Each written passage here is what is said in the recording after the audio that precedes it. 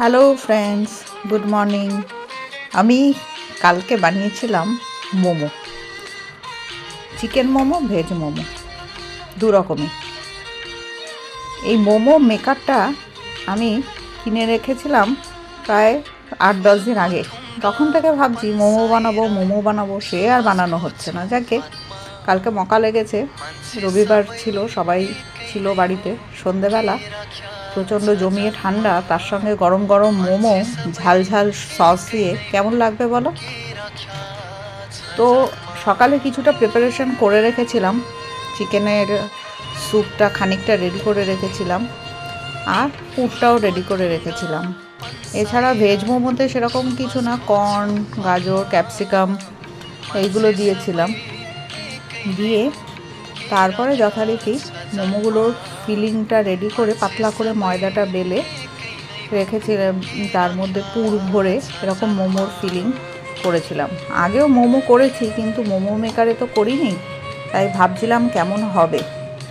তো আমি আসলে পুরটা বেশি দিয়েছিলাম আর একদম কোটিংটা পাতলা করেছিলাম, তাহলে খেতে ভালো লাগবে।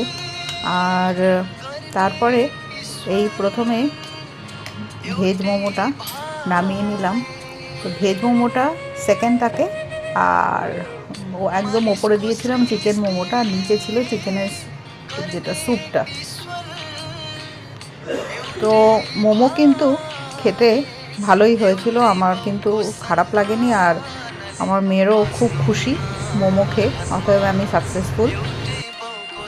তারপরে চিকেন মোমোটা এইভাবে নামিয়ে নিলাম। আমি আগে যেভাবে করেছি আর এভাবে প্রথমবার করলাম, তাই ভাবছিলাম যে কেমন হবে, কিন্তু দেখলাম যেটার জন্য যেটা, মোমো মেকারেই মোমোটা সব থেকে ভালো হয়।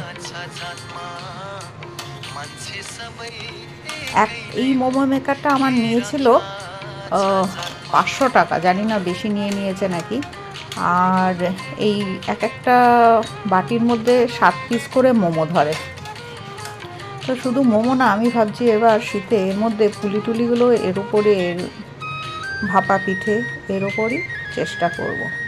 এই যে আমার স্যুপটা রেডি হয়ে গেছে।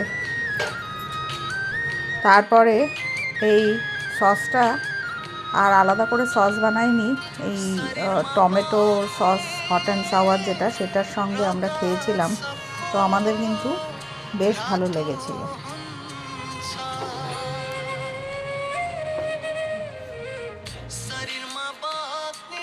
এই আমার স্যুপ দিয়ে, মোমো দিয়ে, সস দিয়ে চিকেন মোমো রেডি হয়ে গেছে।